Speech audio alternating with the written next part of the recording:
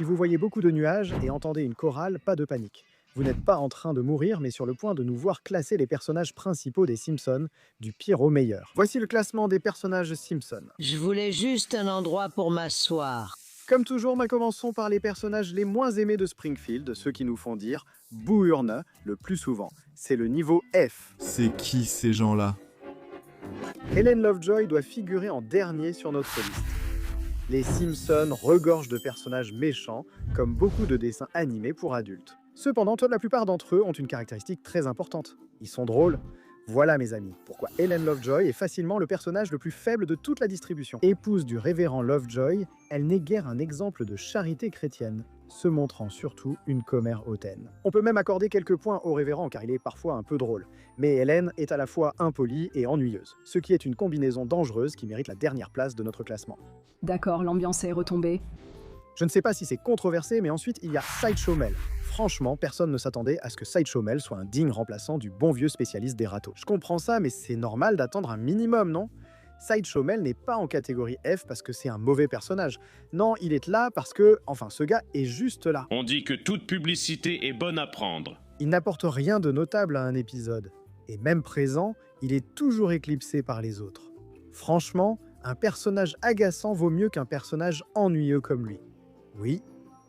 Ce qui m'amène à un personnage que je mets en catégorie F uniquement par obligation, Agnès Skinner, la mère très autoritaire du principal Skinner. Elle rabaisse et insulte constamment son fils, sans jamais vraiment changer d'avis à son sujet. Maudite soit ton échine, tu trouves toujours de nouvelles façons de me décevoir. Bien que désagréable, elle est très drôle, et voir Seymour Skinner perdre son sang-froid avec elle est divertissant. Je la déteste toujours, mais c'est le but de son personnage, donc je ne peux pas la classer plus bas.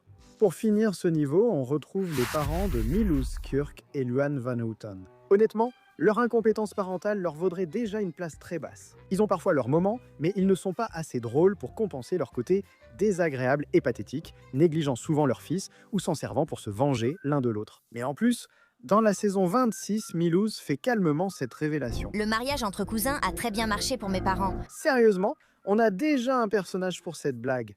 Passons à la catégorie D, regroupant les personnages un peu moins nuls, en commençant par le révérend Lovejoy. Maintenant, Lovejoy est loin d'être un personnage sympathique, mais il a deux avantages sur sa femme. Premièrement, il est au moins un peu drôle. Il n'est clairement pas l'un des personnages les plus drôles de la série, mais au moins, il n'est pas ennuyeux. Et deuxièmement, il est une assez bonne satire de l'hypocrisie religieuse. Beaucoup de dirigeants chrétiens profitent de leur congrégation et de leur argent sans se soucier d'eux, donc c'est appréciable d'avoir un personnage qui dénonce ce problème. Dans le même esprit, voici Kent Brockman, le présentateur du journal de Springfield, qui, comme beaucoup de journalistes, se soucie peu des sujets dont il traite. Il fait juste son travail, est payé et passe à autre chose. Ce n'est pas vraiment répréhensible et il est moins exploiteur que Lovejoy, donc on lui donne une position un peu plus élevée. Nous n'avons pas grand-chose de positif à dire sur lui, sauf quelques répliques drôles. Et des nouvelles tragiques ce soir. 120 morts dans une vague géante à Kuala. France. Maintenant, nous avons deux personnages que nous ne pouvions pas imaginer séparés, Patty et Selma, parce que je ne peux pas les distinguer. Eh bien, je suis sûr qu'il y a des exceptions, mais vous non plus. Probablement, n'est-ce pas? Bonjour. Marge. Bonjour Marge. Je ne fais même pas l'effort pour eux. Ces deux-là sont les pires. Au moins, comme Agnès, on peut admettre qu'elles sont faites pour être détestées. Elles sont dures et passent leur temps à réprimander et maltraiter Homer. Et quand tu sortiras de là, la première chose que tu verras, c'est un homme qui a un bon boulot. Oui, le docteur. Ils font à peu près tout sauf tuer le gars, mais au moins, ils n'ont pas qu'un seul trait de caractère. Selma a brièvement épousé Troy McClure, puis l'a quitté quand il a voulu un enfant seulement pour la publicité. Cela montre que Selma a une certaine sensibilité et que les jumelles tiennent l'une à l'autre, même si peu d'autres le font. Bienvenue, inspecteur Chalmers. Prêt pour la prochaine étape? Il y a peu à dire sur Chalmers. Comme Agnès, il réprimande et contrarie Skinner à chacune de ses apparitions. Contrairement à la chère vieille mère, cependant, c'est en quelque sorte le travail de Chalmers de réprimander Skinner. Et il a généralement des raisons beaucoup plus valables de le faire. Il faut le reconnaître. La regrettée Maud Flanders prend la place suivante. Pour être franc, elle divise pas mal. C'est une femme très agréable. Contrairement à Hélène, Maud était une chrétienne aimante, mère et épouse dévouée. D'un autre côté, soyons honnêtes. Que puis-je vraiment dire sur un personnage dont le moment le plus mémorable dans la série a littéralement été sa mort? C'est assez drôle qu'elle revienne en fantôme pour se venger d'Homer, qui ne lui voulait aucun mal, mais c'est tout ce que je peux dire d'elle niveau humour. Pour conclure le niveau D, voici Clétus, le plouc local de Springfield. Il fait partie des personnages récurrents servant de gag, mais c'est l'un des plus faibles. C'est parfois amusant de voir à quel point ce type est caricaturalement bouffe, avec quelques moments vraiment drôles. Et que se passe-t-il ici? Il ne nous fait pas assez rire pour être mieux classé. Au moins, ses blagues sur l'inceste choquent un peu moins. Attendez une minute. Vous êtes frères et sœurs tous les deux? Nous avons vu beaucoup de choses. Passons maintenant à la catégorie suivante, pour les personnages plus moyens. Ce sont les personnages de niveau C. Pour commencer cette catégorie, il y a une copie locale du parrain, Gros Tony. Vous savez, le film Le Parrain? Jamais entendu parler. Un personnage on ne peut plus transparent, Gros Tony, et bien sérieusement, regardez-le. Gros Tony. Quoi? Qu'est-ce que j'ai fait? C'est un patron de la mafia louche qui apparaît comme un personnage gag et parfois comme un véritable antagoniste. Un de ces personnages qu'on comprend tout de suite rien qu'en le regardant. Il a ses épisodes et ses moments intéressants, mais ce n'est pas suffisant pour le placer plus haut. Dans le même genre, ensuite vient Snake Jailbird. Dans une ville avec une police aussi spéciale que celle de Springfield, il ne serait pas difficile de faire carrière comme criminel violent. Donc ce n'est pas étonnant que Snake fasse toujours des siennes quand il apparaît. Mais bon, au moins, il aime les animaux. Et monsieur, vous voudriez un chiot? Non, mais j'en prendrai un. Ce n'est pas un cœur en or, mais il en a un quelque part. À propos des personnages qui devraient être en prison, le suivant est Toto. Mec, écoute, j'ai rien contre le fait de profiter un peu de cette herbe, mais peut-être évite de le faire en conduisant un bus rempli d'enfants. C'est juste une idée. Malgré ses nombreuses conduites en état d'ivresse, Otto semble cool. Il se contente de se détendre et de boire partout où il va. Mais surtout, ne le laissez pas conduire, même si c'est son travail. Mais si tu le fais, appelle Saul. Enfin, Lionel Hutz, un classique de feu Phil Hartman qui nous manque tant. Lionel Hutz était un avocat véreux qui exploitait, aidait ses clients dans n'importe quelle affaire pour laquelle ils avaient besoin de lui. Enfin, à condition que ce soit rentable, bien sûr, et pas particulièrement dangereux pour lui-même. C'est un type louche, c'est vrai, mais c'est aussi un homme d'affaires plutôt malin. Et en plus, il est vraiment drôle. Suis-je quand même payé? Et tu galères avec divers problèmes d'organes internes qui nécessitent peut-être une opération, ou peut-être pas. Bonne nouvelle, cette vidéo est sponsorisée par le docteur Nick Riviera. Si tu as besoin d'une opération à cœur ouvert à un prix raisonnable et avec un niveau de compétence qui correspond à ce prix, Nick est ton homme. Si tu n'es pas satisfait, fais-le lui savoir. Il n'agira pas, mais semble à l'écoute. Et utilise notre lien dans la description pour 25% de réduction sur ta commande de 10 opérations ou plus. Ce lien n'existe pas, ne le cherche pas. Ouais. Applaudissons Richard Dixon pour la prochaine séquence. Rich est un homme simple, avec un costume élégant, une arme encore plus classe, et oserais-je dire, une vision de la vie encore plus raffinée. Aucune célébration n'est trop petite pour gaspiller 1 ou 2 balles. Attends, non, pas sur des gens. Non, il les tire juste en l'air. Eh ben, il n'est pas si fou que ça. En fait, si, il en serait carrément capable. Fou ou pas, il s'entendrait sûrement avec Horatio McAllister. J'ai un faible pour ces personnages secondaires loufoques et thématiques. La blague avec McAllister, c'est qu'il est pirate sans savoir naviguer. Mais il sait frire, ce qui lui permet de gérer le Flying Dutchman. J'aimerais vraiment essayer cet endroit un jour.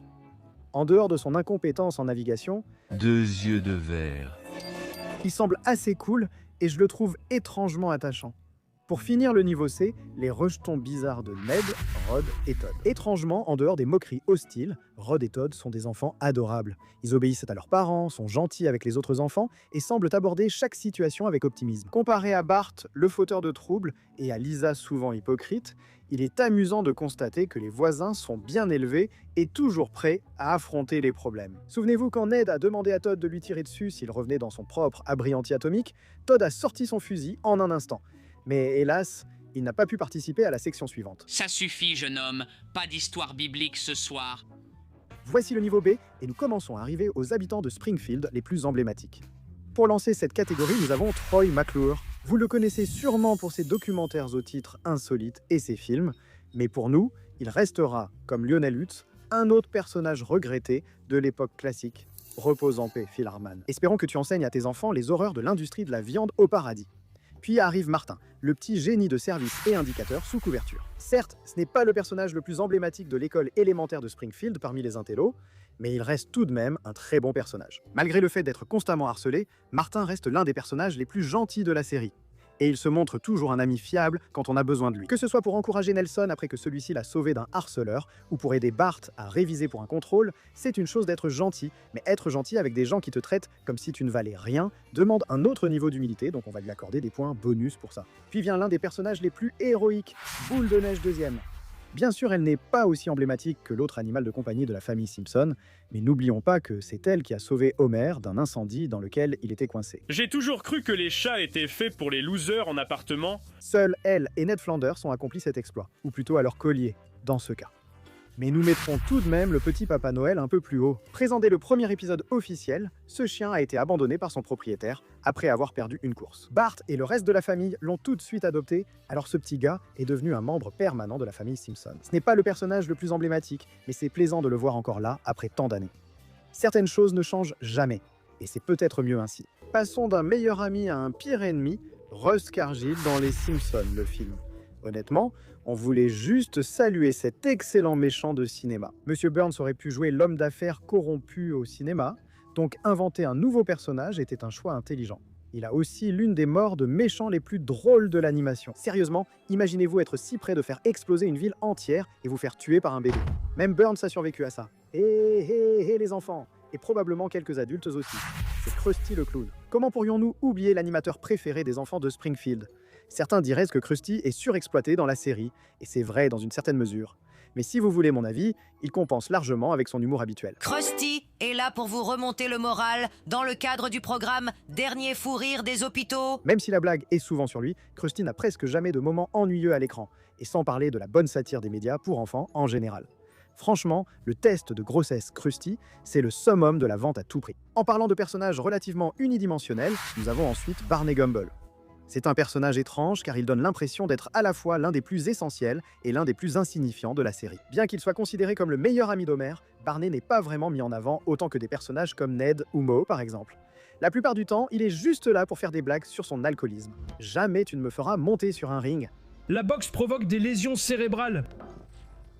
Il faut reconnaître que c'est parfois très drôle, comme son court-métrage Pocahontas.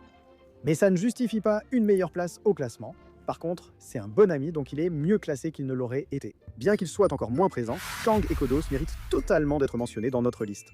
Ces deux extraterrestres apparaissent souvent dans les épisodes spéciaux d'Halloween, ce qui, pour être honnête, est essentiellement la seule raison pour laquelle ils sont ici. J'aime l'idée que ces extraterrestres ne soient pas méchants, mais juste contrariés, car Lisa les accuse de manger des gens. Je serais aussi agacé. Bien joué, Lisa. On aurait pu se lier d'amitié avec des extraterrestres, mais tu as insisté sur leur possible cannibalisme. Ensuite, voici l'une des performances vocales les plus mémorables de la série, le professeur Frink. Non, je n'ai aucune autre raison de le mettre ici. Frink ne fait pas grand-chose, même s'il est le savant fou. C'est juste un type à l'allure rigolote avec une voix marrante. Parfois, c'est suffisant. Parfois, il faut un QI élevé pour saisir l'humour, tu vois. Aucun personnage ne l'illustre mieux que l'homme abeille. Bonsoir, señoritas. Ce type est juste... Attends, c'est un vrai bijou. Il apparaît littéralement juste pour quelques gags télé inexplicables, ici et là, et c'est déjà très bien comme ça. C'est agréable de voir parfois du bon vieux burlesque. Dans l'épisode 22 courts-métrages à Springfield, on voit qu'il travaille dur pour sa femme et son chihuahua, mais elle le quitte justement à cause de la maladresse qui lui a valu ce travail. Elle ne te mérite pas, Bumblebee Man. Aucun de nous ne te mérite. On arrive à la fin de la liste, et revenez comme on aimerait que Apu Nahasapina, Nahasapi Mapétilon le fasse. Franchement, je n'ai jamais entendu dire qu'Apu est offensant. Oh, ils ont pris une corde en nylon cette fois. Est-ce que c'est parce qu'il est doublé par un blanc? Si c'est juste ça, vous n'aimeriez pas mon podcast. C'est vraiment dommage qu'il soit parti depuis si longtemps, parce qu'Apu était un gars plutôt cool. Je veux dire, oui, il servait de la nourriture avariée en toute connaissance de cause à ses clients. Et il a aussi trompé sa femme cette fois-là. Et en fait, Apu était un type plutôt louche. Mais bon, au moins, il était sacrément drôle, non? Sans plus attendre, passons à certains des personnages les plus emblématiques de Springfield. Voici le niveau A.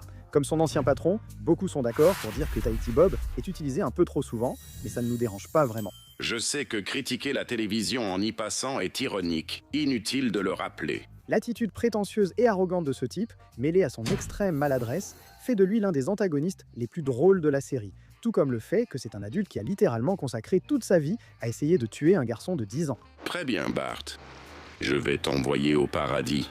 Avant de t'envoyer en enfer. Il joue le rôle principal dans plusieurs épisodes marquants, ce qui lui rapporte des points. Dernière nouvelle, un vieil homme crie après un nuage et Abraham Simpson suit sur notre liste. Abraham n'est ni un parent modèle ni un citoyen exemplaire, mais compense ses défauts par son humour. Tous veulent sans rien offrir en échange. Je suis vieux, donnez-moi, donnez-moi, donnez-moi. Et avec un cœur étonnamment grand, la vulnérabilité d'Abe fait souvent ressortir le meilleur et le pire chez les gens autour de lui, que ce soit Homer qui manque de l'abandonner sur le bord de la route après une dispute, où lui et Bart qui s'allient pour faire tomber une brute de l'école. C'est agréable que le parent du personnage principal soit montré comme une vraie personne, pas juste un méchant ou une simple explication de sa personnalité. Abe donne vraiment l'impression d'être un personnage à part entière tout en apportant quelque chose aux autres membres de la famille Simpson. Si tu te sens mal par rapport à ta situation actuelle, dis-toi simplement que tu ne t'en sors probablement pas aussi mal que le vendeur de BD. Oh, la solitude et les cheeseburgers sont un mélange dangereux. Le vendeur de BD avertissait « Les adultes aimant les mêmes choses que les enfants ne sont pas toujours gentils ». Mais il aurait pu être bien pire. Mais le vendeur de BD reste un personnage méchamment hilarant, qui arnaque les enfants et semble détester tout et tout le monde, sauf ce qui peut enrichir sa collection de bandes dessinées et de figurines Funko Pop. Il nuit à la réputation des passionnés de culture geek dans le monde, mais cela crée de très bonnes blagues. Ne cherche pas à me changer, bébé. On lui pardonne facilement, mais impossible d'oublier Milhouse parmi les nerds de Springfield. Tous les enfants qui ont du mal avec les relations sociales peuvent s'identifier à Milhouse. Il incarne l'honnêteté brute des difficultés des enfants chétifs, une vie familiale agitée, des difficultés à se faire des amis, et il s'accroche à n'importe qui et à n'importe quoi. Pourquoi n'es-tu pas venu me voir, Bart? Cela le rend drôle et attachant, et tu admires vraiment à quel point il est un bon ami pour Bart, même si ce n'est pas toujours le cas. Les prochains personnages sont complexes. Itchy et Scratchy font plein de choses. Ils se battent, parfois ils se battent, se battent, mais surtout, ils offrent aux enfants des leçons précieuses sur la résolution des conflits, les horreurs de la guerre et la terreur. Attends, non, ils font que se battre. Honnêtement, ils sont très doués et soulèvent vraiment la question de la façon dont Tom et Jerry ont pu aller aussi loin en se mutilant. Petite parenthèse, vous vous rappelez l'épisode où ils se sont suicidés après leur rupture ? Mon Dieu, qui a créé cette monstruosité? Itchy et Scratchy étaient bien plus sages que ça. Puis, il y a l'un des personnages les plus clivants de la série, Lisa Simpson. On adore ou on déteste vraiment Lisa.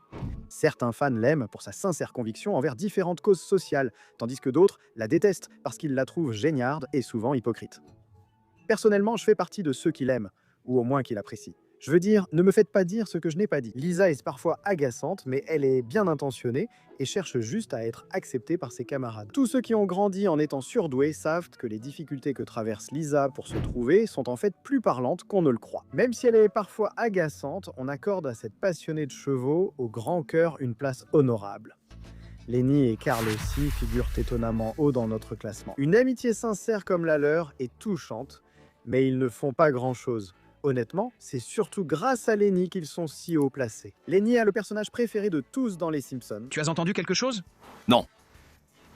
Moi, je ne sais pas. Carl est aussi cool mais seul, il serait au mieux en catégorie B. Heureusement, Lenny reste avec son vieil ami par modestie. Je pense parler au nom de tout le monde en disant que, quand je serai grand, je veux être exactement comme Lenny. Travail plus dur, salut. En parlant de grandir, ensuite nous avons la petite Maggie Simpson. Je ne pense même pas qu'on ait besoin d'expliquer pourquoi elle est si bien classée. C'est un adorable petit bébé avec un pistolet. Je veux dire, oui, il y a toujours ce moment touchant où l'on découvre que ces photos de bébé donnent à Homer la motivation dont il a besoin pour continuer à travailler. Mais qu'est-ce que ça vaut à côté du fait que Maggie a failli tuer les deux personnes les plus maléfiques de la série et qu'elle a réussi à en tuer une? C'est une véritable héroïne, même si elle ne le sait pas encore, et elle parvient toujours à être ce petit rayon de soleil dans pratiquement chaque scène où elle apparaît. C'est pour ça qu'elle est faite comme ça. Ensuite, nous avons le bras droit de Monsieur Burns, Waylon Smithers. Smithers est de sortie. Une véritable icône gay, que vous soyez simplement content de voir une représentation positive, ou que vous riez du fait que ce type veut littéralement que Monsieur Burns vole dans sa chambre et lui fasse l'amour. Smithers est l'un des personnages les plus drôles et gênants. J'adore les seins. Sérieusement, son économiseur d'écran est à la fois l'un des plus dérangeants et des plus drôles de la série. Ça m'excite. Tu devrais probablement ignorer ça. Il faut lui enlever des points pour avoir utilisé le blackface dans ses débuts. Franchement, c'était quoi ce délire, Smithers? Tu pourrais être surpris de l'avoir aussi bien classé, mais Edna Krabappel occupe une place remarquable. C'est l'un des personnages secondaires les plus développés de la série. On pourrait facilement la réduire à une prof grincheuse qui déteste Bart.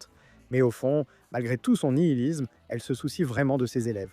D'accord, Edna. Souviens-toi, si tu peux apprendre une chose à un élève, alors aujourd'hui sera une réussite. L'épisode où Bart a un F en est le meilleur exemple. Bien qu'elle ne soit pas troublée par l'échec de Bart à son test d'histoire, quand il s'effondre en larmes et révèle qu'il a vraiment essayé pour une fois, Madame Krabappel a pitié de lui et lui accorde des points supplémentaires pour avoir montré de bonnes connaissances en histoire. Cette scène à elle seule a vraiment augmenté mon respect pour elle et pour Bart, honnêtement. C'est l'une de ces scènes qui te rappelle que, même s'ils sont exagérés, ces personnages restent des êtres humains. Tu ne t'attendais sûrement pas à voir Nelson aussi haut.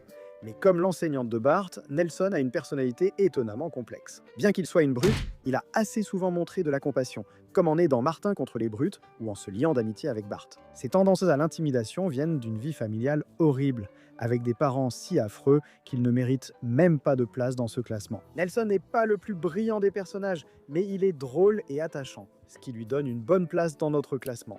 Ensuite vient le directeur Skinner. On enchaîne avec pas mal de personnages de l'école élémentaire de Springfield.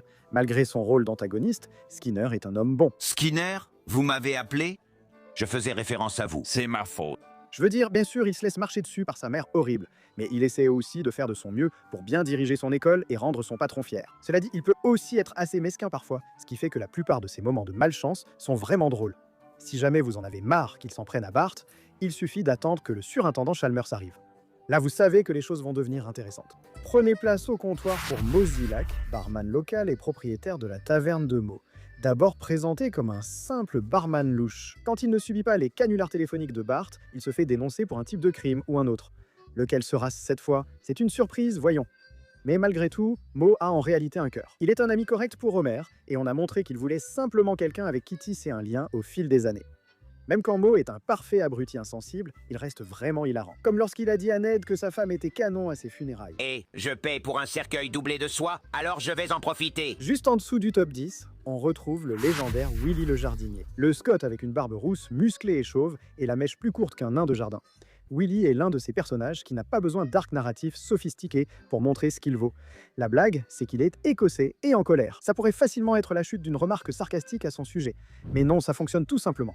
Willy est un personnage amusant et même si on sait à quoi s'attendre à chaque fois qu'il apparaît à l'écran, ce n'est presque jamais lassant. Comme il le dit, ces Écossais ont ruiné l'Écosse, donc on ne peut pas le placer plus haut. Je viens de me faire un ennemi pour la vie. Il profite d'une place juste hors du rang S, ce qui est plutôt généreux, je trouve, non ? En 10e position, on trouve Frank Grimes, ou Grimmy, apparu une seule fois. Il détestait ce surnom, mais il est mort, donc peu importe.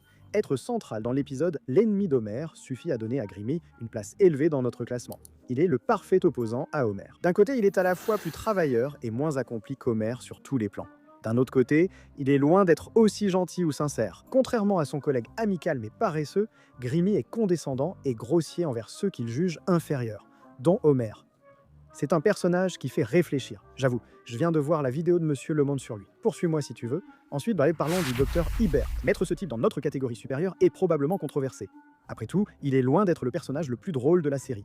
Mais Hibbert compense largement cela en étant l'un des personnages les plus authentiquement bienveillants du programme. Avec son rire contagieux et ses sucettes pour ses fidèles patients, c'est vraiment un médecin légendaire. Dans une série qui peut être aussi cynique que les Simpsons, il est important d'avoir des moments qui permettent de se détendre et de respirer, ce que le Dr Hibbert s'efforce toujours d'offrir. Le prochain personnage a peut-être un petit cerveau, mais il a un grand cœur, et c'est Ralph. Wiggum a gagné une place importante dans notre classement pour refléter cela. Je dois admettre qu'il était à son meilleur à l'époque où il lui restait encore quelques neurones plutôt que plus aucun. On s'est souvent moqué de lui, mais il avait tout de même un semblant de capacité intellectuelle. Ralph reste un personnage attachant et amusant. Il faut un type de stupidité bien particulier pour surpasser même Homer en termes de faible intelligence. Mais Ralph le fait paraître incroyablement facile, et peu importe le niveau de stupidité qu'il atteint, Je suis un juste au corps. Vous pouvez être sûr qu'il aura toujours le sourire aux lèvres. Il est difficile de ne pas aimer un enfant aussi doux et attachant, même s'il garde toute la colle pour lui. Même si on aime Ralph, il faut reconnaître que celui qui l'a fait mérite plus de crédit. Ce gamin finit enfin par servir à quelque chose. Voici l'un des personnages secondaires les plus drôles, le chef Clancy Wiggum. Prenez l'incompétence de Ralph, appliquez-la au chef de la police, et vous obtenez Wiggum. Qu'il soit en train d'aggraver activement chaque situation autour de lui, ou qu'il soit carrément un criminel lui-même, Wiggum est toujours un spectacle à lui tout seul. Non, vous vous êtes trompé de numéro. Ici, c'est le 912. Qu'il vous fasse rire ou crier de frustration peut varier d'un épisode à l'autre, mais vous pouvez être sûr qu'il ne sera jamais ennuyeux. En cas de problème, composez simplement le 9-1. À moins qu'il ne s'agisse d'une urgence. En plus de tout cela, cependant, Wiggum est en réalité un père de famille aimant, et il entretient une relation plutôt tendre avec son fils Ralph. Cela n'efface pas tous ses traits les plus horribles, non, mais cela ajoute une couche supplémentaire de nuances. Juste hors du top 5, on trouve Marge Simpson, la mère des Simpsons, et l'épouse d'Homer. Cette chevelure bleue iconique, cette personnalité aimante et attentionnée, et cette voix de la raison toujours présente et un peu rauque sont devenues emblématiques depuis les années 90. Marge, comme le Dr Hibbert, se distingue non pas parce qu'elle est particulièrement drôle comparée aux autres personnages, même si elle a ses moments. Dans des moments comme celui-ci, je suppose que tout ce qu'on peut faire, c'est rire. Marge se distingue par sa gentillesse et sa douceur. Même lorsqu'elle fait des erreurs, il ne fait jamais de doute qu'elle aime sa famille telle qu'elle est. C'est rare dans les dessins animés pour adultes, surtout aussi régulièrement, il faut donc saluer cela. Vous devriez aussi laisser votre actrice de doublage se reposer. Mais d'abord, cette vidéo vous est présentée par le programme d'adhésion de la chaîne Wicked Binge. Vous pouvez accéder à nos vidéos en avant-première avant tout le monde et obtenir des emojis exclusifs aux membres ainsi que des badges de fidélité en soutenant la chaîne grâce à un abonnement. L'icône des mèmes espiègle lui-même, Bart Simpson, a réussi à se hisser dans notre top 5.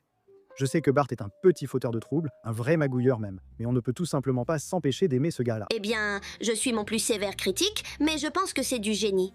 Comme Nelson et Milouz, Bart incarne une version réaliste mais exagérée des enfants en difficulté. As-tu déjà été dans une voiture de police? Pas à l'avant? Ses meilleurs épisodes sont ceux où il révèle son côté bienveillant et sympathique. Un de nos exemples préférés est l'épisode de Noël, Marge, Sois pas fier, où Bart déçoit Marge en laissant tomber la photo pour la carte de Noël et en volant un jeu vidéo. Plus tard, il se rattrape en offrant un nouveau portrait pris au centre commercial. L'espièglerie de Bart, alliée à son bon fond, en fait l'un des meilleurs personnages sur le plan narratif, ce qui justifie sa place dans notre top 5. Le dernier et le plus grand des personnages comiques de la série que nous présentons aujourd'hui est Hans Moleman. Ce n'est pas ma réunion d'anciens combattants. Je te jure, chaque blague avec lui est une mine d'or. Qu'il ait seulement 38 ans qu'il se fasse séduire à son insu par un homosexuel, ou la scène coupée où il braque littéralement Dieu sous la menace d'un pistolet. Maintenant, donne-moi le reste. Tout doucement. L'homme taupe est l'un des personnages les plus hilarants de l'histoire de la série, et pour cela, nous lui rendons hommage en lui donnant la place la plus haute possible. Je voulais juste un endroit où m'asseoir. Aussi gai que nous soyons pour l'homme taupe, 3 personnages nous rendent encore plus gais. Oui, c'est juste. La médaille de bronze revient à Monsieur Burns. Monsieur Burns est l'un des méchants de dessins animés les plus emblématiques qui existent. Souvent, les méchants doivent choisir entre être des méchants caricaturaux ou des méchants réalistes. Monty Burns se distingue en réussissant à faire les deux. C'est le genre de type qui fait des choses réalistes comme des procès futiles, sous-payer ses employés et même harceler la femme de l'un de ses employés, mais qui fait aussi des choses complètement tordues comme essayer de bloquer le soleil lui-même. J'appelle cet ennemi le soleil. Burns est l'exemple parfait d'un personnage à la fois vraiment menaçant et l'un des plus drôles de la série, souvent simultanément dans la série. Smithers, fais-moi un clin d'œil. Parfois, tu riras parce qu'il a dit quelque chose de drôle et d'autres fois, ce sera simplement par malaise, devant le fait que quelqu'un puisse être aussi diabolique que ce type. D'un bout à l'autre du spectre de la moralité, la médaille d'argent de la grandeur revient à Ned Flanders. Ce bon samaritain de voisin n'a pas besoin d'intro d'introduction. Ned Flanders est tout ce que Homer Simpson n'est pas. Tu me dégoûtes. C'est un homme travailleur et ambitieux qui place toujours les besoins de sa femme et de ses enfants avant les siens, veille à les élever dans un environnement sain, aussi bien physiquement que spirituellement. Et surtout, il a l'air incroyablement sexy dans une combinaison de ski. Mis à part la flandrisation, Ned a toujours été un personnage gentil, même s'il est puritain. Et malgré quelques bas de temps en temps, c'est le personnage le plus compatissant et attachant de la série. Il vient t'aider dans les moments difficiles, s'excuse s'il t'a blessé et reste quand il ne te reste plus personne. Ned semble être le cœur de la série, mais en réalité, cet honneur revient à notre premier choix. Non, tu ne peux pas. Si je ne suis pas aussi bon que toi, alors je suis nul. Même si le cœur de Ned est, il faut l'admettre, un peu plus grand. Mais dans une série aussi longue que les Simpsons, qui d'autres pourraient prendre la première place, si ce n'est Homer Simpson en personne, Homer Simpson. Homer est une icône américaine, à la fois dans le bon et le mauvais sens. Paresseux, glouton, colérique, il incarne tous les 7 péchés capitaux dans un personnage attachant. Pourtant, malgré tout cela, Homer parvient à être un gars sincère, généralement sympathique, et cela pour une raison simple. Il est humain. Pour chaque épisode où Homer est insupportable, il y en a un autre où il fait tout pour sa famille, surtout au début. Il est rare de placer le personnage principal en tête de ces tier lists. Mais Homer fait exception car il incarne l'humour et le cœur de la série. Homer est drôle par son imprudence, son incompétence, son côté enfantin et égoïste. Mais on sent toujours qu'il aime sincèrement sa famille et fait de son mieux. Qu'il fasse le bien ou le mal, Homer reste lui-même sans complexe, et il est difficile de ne pas apprécier ce genre de sincérité. Profite de ce donut, mon vieux, tu l'as bien mérité.